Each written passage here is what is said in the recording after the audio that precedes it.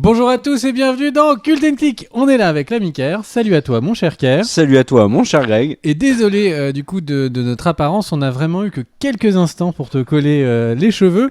On arrive... Je vais chez le coiffeur demain. On arrive... et franchement je trouve que ces implants, c'est un truc de ouf. Ça marche super bien. C'est vraiment ça. Et la colle U, c'était pas terrible. Le voyage au Brésil. Et donc on en était à parler de Zack Snyder et de la Justice League. Ouais. De Jacques, le fameux Jacques et Snyder. En fait, Ker, tu nous as préparé un dossier. Il y a pas mal d'informations qui sont remontées. Oui. Et tu voulais du coup nous donner un petit peu tout en florilège. Voilà. Pour qu'on puisse y réagir. Voilà, revenir sur la Justice League, le premier, le tournage, quelques anecdotes, quelques tristes anecdotes également, et puis revenir sur la Snyder Cut. En fait, on en parle énormément en ce moment parce que la Snyder Cut arrive le 18 mars aux États-Unis et normalement on aura plus d'infos bientôt. Mais le 22 avril en France. Alors Snyder Cut, donc c'est la version de Zack Snyder qu'on aime appeler Jacques Schneider, nous, qui était donc le réalisateur de Batman vs Superman. Dans cette vidéo, on va revenir un peu sur tout ce qui ne va pas parce qu'il faut revenir clairement, c'est dire clairement les choses. Justice League, c'est un énorme naufrage, c'est un incident industriel comme on en a rarement vu. Le film est mauvais. Déjà, le film est mauvais, bien sûr, puisque ça a été un échec commercial. Enfin, rien ne va dans Justice League. Et vous allez voir qu'avec la Snyder Cut, il y a plein de choses aussi qui ne vont pas. Et des trucs étonnants. Et il y a notamment un article très bon de Vanity Fair qui est sorti récemment, que je vous invite à lire, que j'essaierai de mettre, si je le pense, dans les petits commentaires là, de la vidéo. Donc Zack Snyder qui a réalisé donc Batman vs Superman, qui déjà a été compliqué. Il y avait des relations avec la Warner qui étaient délicates, notamment au niveau du cut final et du montage, puisque la Warner voulait un truc plus court. Du coup, ils ont fait Batman vs Superman version longue qui correspondait un peu plus à ce que voulait faire Snyder. Martha's Cut. Le Martha's Cut, tout à fait. Et on est parti sur la Justice League qui, il faut bien le dire, au niveau super-héroïque, c'est au-dessus d'Avengers. Parce que Avengers, du côté de Marvel, c'est pas la plus grosse des licences en termes de popularité de comics. C'est derrière X-Men, c'est derrière Spider-Man. Par contre, la Justice League, en termes d'équipe chez DC, il n'y a pas mieux. C'est quand même les super-héros les plus badass et les plus populaires de chez DC qui se retrouvent dans la même équipe. C'était attendu depuis des décennies au cinéma et ça sort en 2017. Et là, on se mange un film absolument catastrophique qui a été tourné en partie par Zack Snyder. Mais donc Snyder a réalisé le film, sa femme Deborah a produit le film et elle a un rôle très important, c'est la productrice principale. Et il s'est passé un drame les concernant, et on peut en parler maintenant, qui a été, on va dire, passé sous silence au moment, mais là ils en parlent beaucoup, notamment en interview. C'est le suicide de leur fille Autumn, âgée de 20 ans, pendant le tournage de Justice League. Et Snyder explique, notamment dans Vanity Fair, qu'il a mis donc le tournage en pause avec l'accord de la Warner pendant 2 semaines. Et qu'il est revenu ensuite sur le tournage parce qu'il voulait faire le deuil en fonçant... Le deuil dans le travail. Voilà, le deuil dans le travail, en fonçant dans le boulot et sur le tournage, ce qui n'était pas le cas de sa femme. Et puis il a finalement pas réussi parce que sa famille avait besoin de lui et il a donc décidé d'arrêter le tournage. Et là, c'est là que vous allez voir qu'il y a déjà un truc un peu chelou dans l'histoire. C'est que au niveau de la communication, donc on a appris que Snyder quittait le film pour des raisons personnelles. La Warner n'en a pas dit davantage, mais que Snyder avait invité son ami Josh Whedon à le remplacer au tournage. C'est faux. On l'a appris depuis, c'est totalement faux. D'abord, Josh Whedon n'est pas du tout l'ami de Zack Snyder. Et ensuite, la Warner, comme il y avait des difficultés déjà sur le tournage de Justice League, dès qu'il y a eu le gros pépin qui a touché la famille Snyder, et ben la Warner a directement contacté Whedon, d'après nos informations, les informations de la presse américaine, pour lui proposer de faire les reshoots. Et puis quand Snyder a abandonné le projet, ils ont donné à Whedon les clés du camion et l'ont chargé de terminer le film. Sauf que Whedon a quasiment tout refait. C'est confirmé, alors c'était dans les rumeurs à l'époque, on disait que Whedon avait complètement massacré le film de Snyder. Dans les faits, il a changé les 3/4 du scénario et des plans, et donc le film de Whedon ne correspond absolument pas à ce qu'a fait... à ce qu'avait prévu Snyder et à ce qu'avait tourné également Snyder. Donc le film, on le sait, sort. échec commercial, échec critique, le film se fait détruire. Et depuis, on en parle énormément. Alors il y a différents problèmes qui ont été soulevés. Il y a le problème Josh Whedon, et c'est l'acteur Ray Fisher qui joue Cyborg qui a évoqué le fait que Josh Whedon était particulièrement toxique sur le tournage, ce qui a été confirmé depuis par d'autres acteurs qui ont eu le déplaisir de travailler avec Josh Whedon, et notamment le casting de Buffy contre les vampires. Whedon a dit des horreurs, notamment à Charisma Carpenter. Donc voilà, alors Ray Fisher a été un petit peu abandonné par DC, mais là, je pense que les choses vont un peu se régler pour lui dans le bon sens, puisque Whedon a été lâché il était tout seul sur le front, le pauvre Ray Fisher.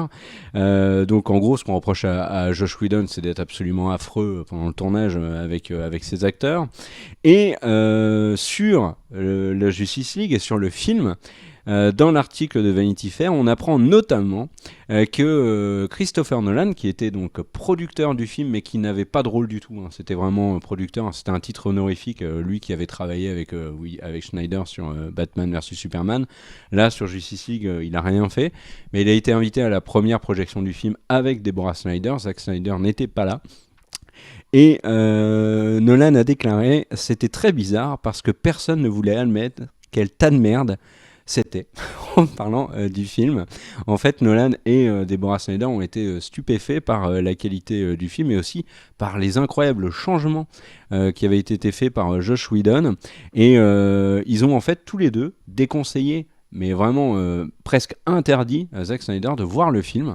Sa femme, Deborah Snyder, dans Vanity Fair, dit « Je savais que ça lui briserait le cœur ».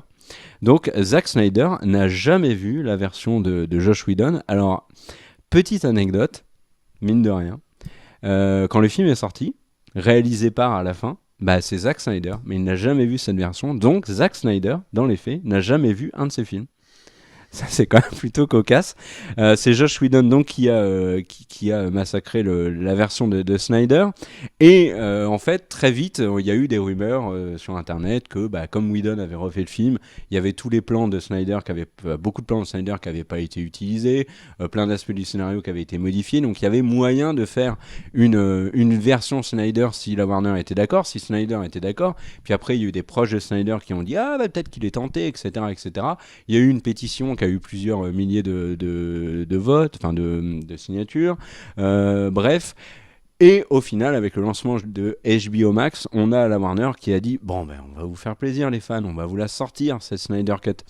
Et là, les fans ont crié victoire, sauf qu'en fait, les vrais vainqueurs de tout ça, et c'est pour ça que moi je rigolais un petit peu quand j'ai vu certains fans de Justice League, mais c'est pas par mépris, mais crier victoire, c'est que dans les faits, les seuls vainqueurs, c'est la Warner, puisque la Justice League Snyder Cut, ça apporte du contenu qui est attendu sur HBO Max et qui sort uniquement pour attirer de nouveaux abonnés pour HBO Max. Donc ça, déjà, il faut le prendre en considération. Sauf que nous, on était très inquiets, et on verra à la fin de cette présentation si on l'est toujours, avec toutes les informations que je vais te donner. Zack Snyder a déclaré dans Vanity Fair, et je suis très très perplexe devant ses propos, il a dit « Je ne suis pas payé pour faire la Snyder Cut.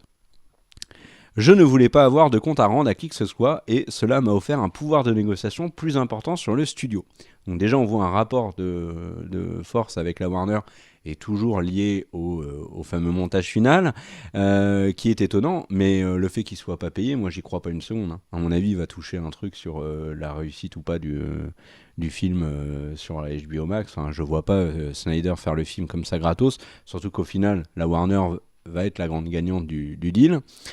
Petite information intéressante, aucun plan tourné par Josh, pour montrer que vraiment Snyder et Whedon sont pas potes, aucun plan tourné par Josh Whedon ne sera conservé dans la Snyder Cut. Donc tout ce qu'a filmé Whedon, c'est poubelle. Et alors, il y a un truc qu'on m'a dit sur Twitter, je ne sais plus qui me l'a dit, mais j'ai trouvé ça très drôle. Comme Snyder n'a pas vu la version de Whedon, peut-être qu'il refait le même. Ça serait drôle. Ça serait vraiment drôle. Dans les autres informations qu'on apprend sur la Snyder Cut et sur le projet initial de Zack Snyder dans le Vanity Fair, c'est que Snyder voulait un triangle amoureux entre Batman, Superman et Lois, avec un Superman qui était très sombre. avec beaucoup qui était limite méchant, le Superman noir. Batman, en fait, Bruce Wayne serait tombé amoureux de Lois Lane pendant la période où Superman est mort. Puis il y a développement d'un triangle au retour de Superman, quand Superman est un peu dark. Donc voilà, il y a une idée de Zack Snyder qui a été de réhabiliter Jared Leto en Joker. Et donc, dans les reshoots, il y a des reshoots avec Jared Leto en Joker. Il y a des images qui ont été diffusées, notamment de Jared Leto en Joker, où il est en Jésus, etc. Enfin, le délire est un peu spécial, mais on verra ce que ça va donner Jared Leto en Joker dans ce film-là. On l'a vu pour l'instant dans Suicide Squad, et c'était un véritable carnage. Il y a beaucoup de rumeurs. Quand il y a eu l'annonce de la Snyder Cut, on a vu énormément de bêtises circuler dessus, et notamment sur le fait que Snyder avait tourné une flopée de scènes avec Darkseid. Je dis mal, Darkseid. Non, Darkseid. Le grand méchant, donc là c'est Steppenwolf qui fait le taf en tant que lieutenant de Darkseid pour lui préparer le terrain. C'est complètement faux, en fait. Ce qui avait été tourné par Snyder avec Darkseid, c'était un flashback. Et en fait, potentiellement, c'est à la Flash forward ou un flashback par le passé. Un flashback. Et potentiellement à la fin du film, il y avait une scène un petit peu, tu vois, post-générique avec Darkseid qui disait j'arrive, je vais vous casser la bouche. Donc voilà, donc ça, logiquement, on devrait le retrouver. Il y a, au niveau du budget, 70 millions qui ont été rajoutés par la Warner sur cette Snyder Cut, mais avec une inconnue, c'est qu'on ne sait pas si la communication en fait partie. Et si toute la promo de la Snyder Cut fait partie des 70 millions, ça fait pas énorme, parce qu'il y a quand même une grosse com sur la Snyder Cut. Et pareil, on nous a dit qu'il allait y avoir une quantité astronomique de reshoot, des semaines de tournage, etc. Au final, il y en a eu très très peu. Snyder, est-ce que tu sais pourquoi ? Parce qu'ils ont au final dit exactement pourquoi est-ce que notamment Henry Cavill n'a pas fait de reshoot. Non, je sais pas. Eh bien tout simplement parce qu'il n'avait pas eu le temps de se refaire la moustache. J'aurais pour été que sûr la que c'était une moustache soit retirée numériquement. mais tu sais que sur la Snyder Cut, moi j'ai hâte de voir ce qu'ils vont faire avec la moustache. Hein, parce qu'ils peuvent pas le laisser comme ça. Ça, c'était un des énormes problèmes du film. Mais enfin, bon, bref. Autre info sur cette Snyder Cut, donc avant que je parle de la stratégie de la Warner, il y a une info qui est tombée il y a quelques semaines, c'était que Harry Lennox, qui jouait dans Man of Steel, donc était un membre de l'armée dans Man of Steel, un personnage important, en fait était le Martian Manhunter.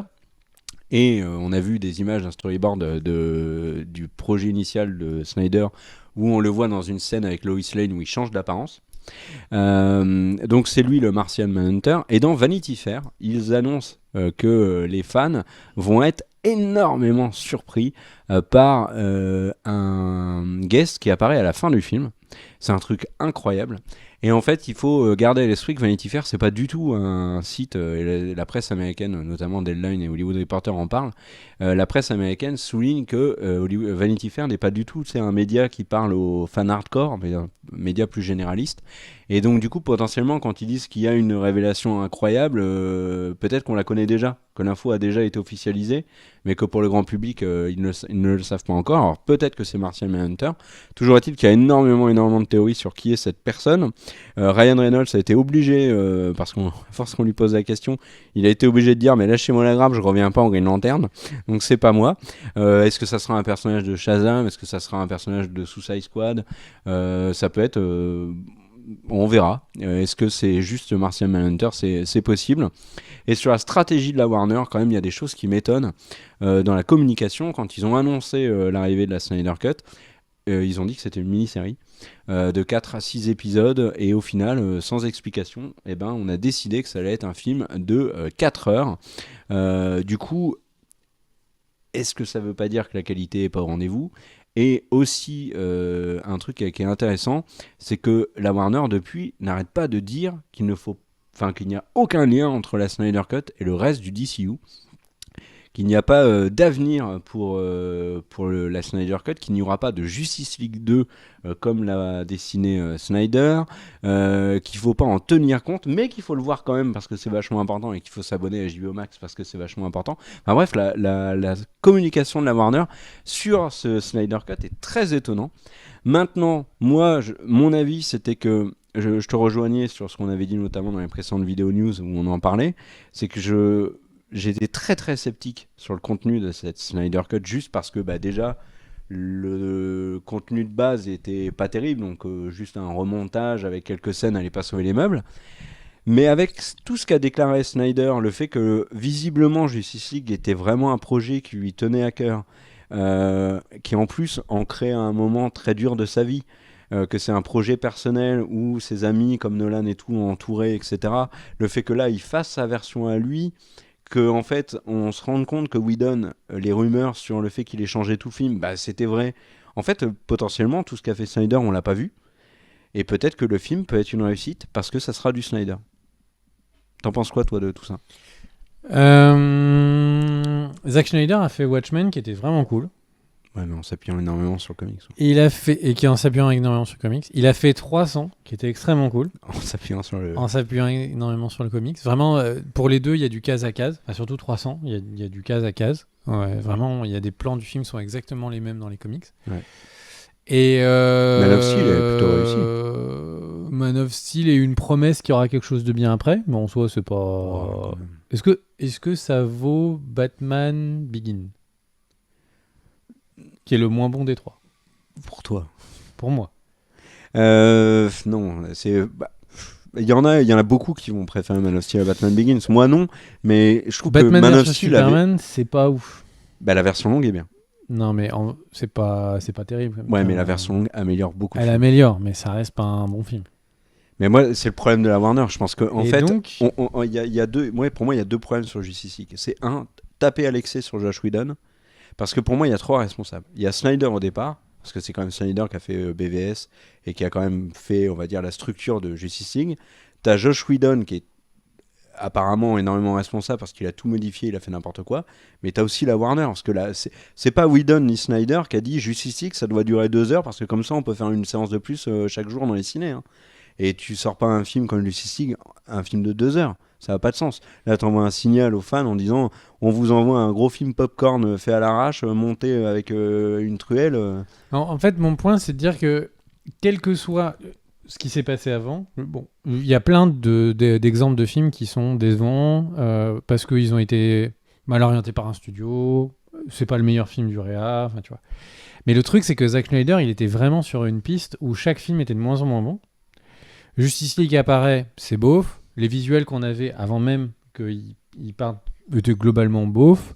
La direction artistique est pas très jolie. Cyborg est vraiment catastrophiquement moche. Et tout le DCU est mauvais en fait. Enfin vraiment, tu vois, il y a vraiment des problèmes de fond, de même qui étaient avant qu'ils partent. Et est-ce que, moi je pense que la vraie question c'est qu'est-ce qu'on peut en attendre?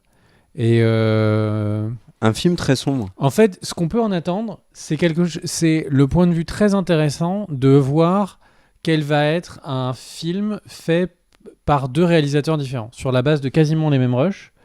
Qu'est-ce qu'on peut, par la magie du montage, par la magie de la vision d'un réalisateur en post-production, faire? Et je pense que ça va être un cas d'école très intéressant. Oui, mais est-ce que c'est les mêmes rushs? Justement, c'est ça le problème. Ils ont forcément une base commune, parce que 70 millions, ils n'ont pas tout retourné.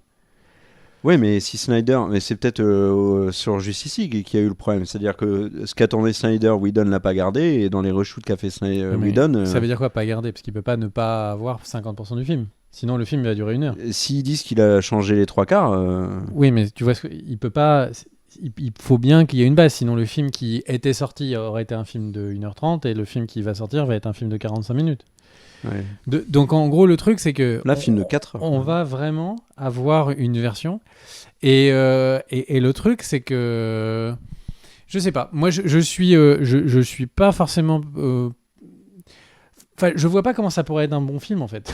Pour être très simple. Donc à part le côté très cas d'école, très intéressant d'avoir comme ça 2 films qu'on peut mettre l'un à côté de l'autre en disant voilà 2 visions de réalisateurs sur le même base de script, et après ils ont fait les corrections qu'ils voulaient, ils ont fait des reshoots les deux, et qu'est-ce qu'on a, mais à part ça, je suis et en ça m'intéresse énormément de le voir. J'ai vraiment très hâte de voir la Snyder Cut. Mais à côté de ça, je suis perplexe. Et l'autre truc qui me rend très perplexe, c'est si vous allez voir du coup la nouvelle communication sur les films de Zack Snyder, J'ai l'impression que Zack Snyder n'a jamais été aussi connu que depuis qu'il fait la Snyder Cut. Bah oui.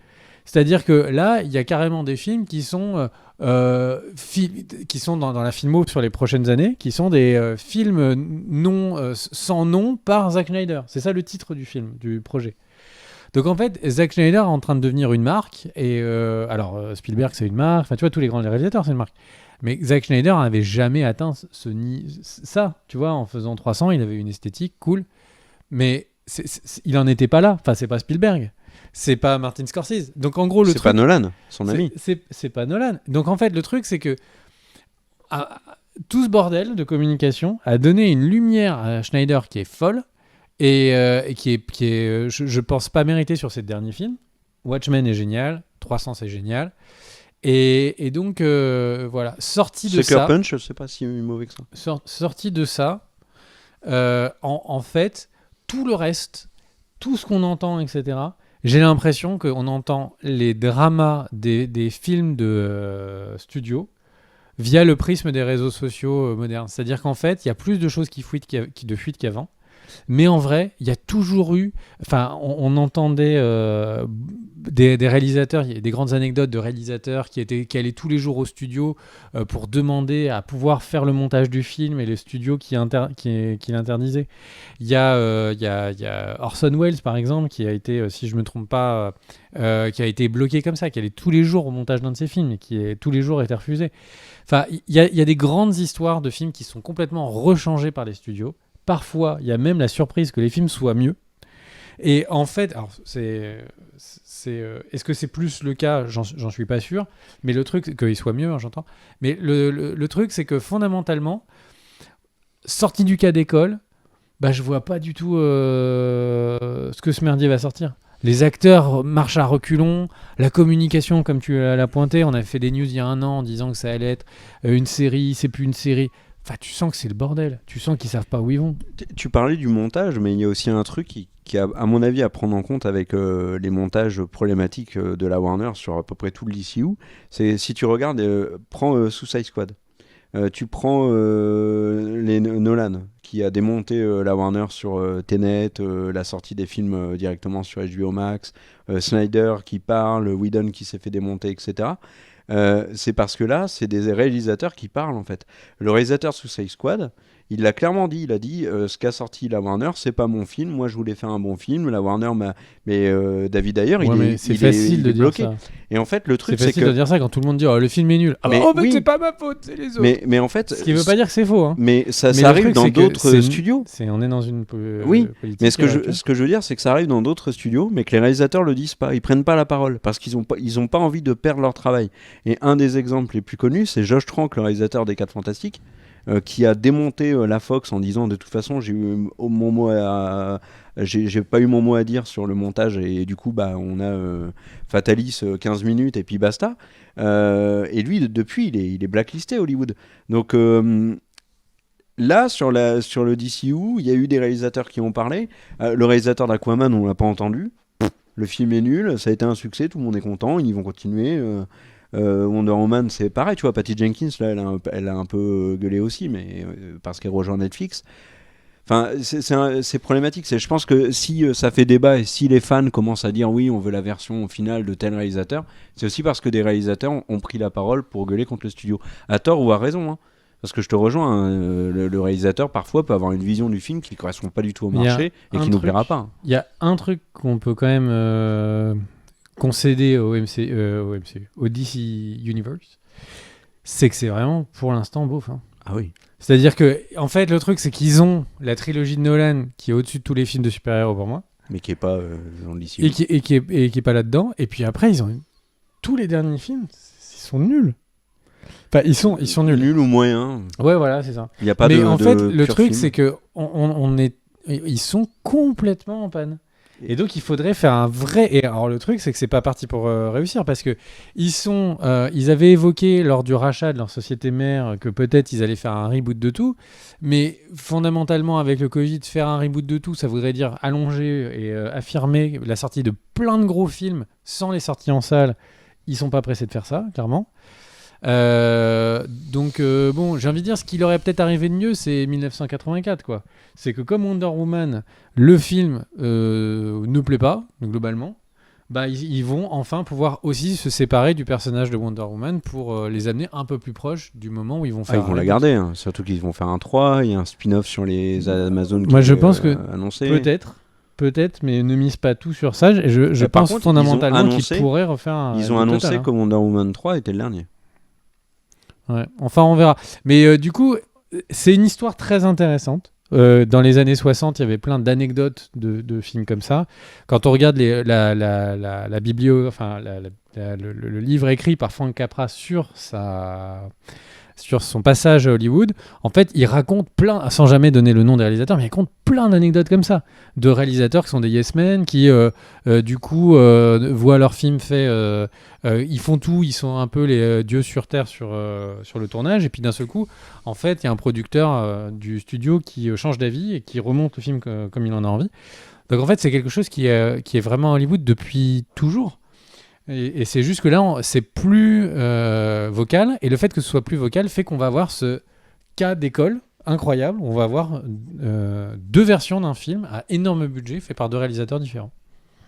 Ouais, ben, on verra ça, on pourra juger. Donc 18 mars, voilà. Bon, merci à toi, merci à vous. On se retrouve pour une prochaine vidéo très vite.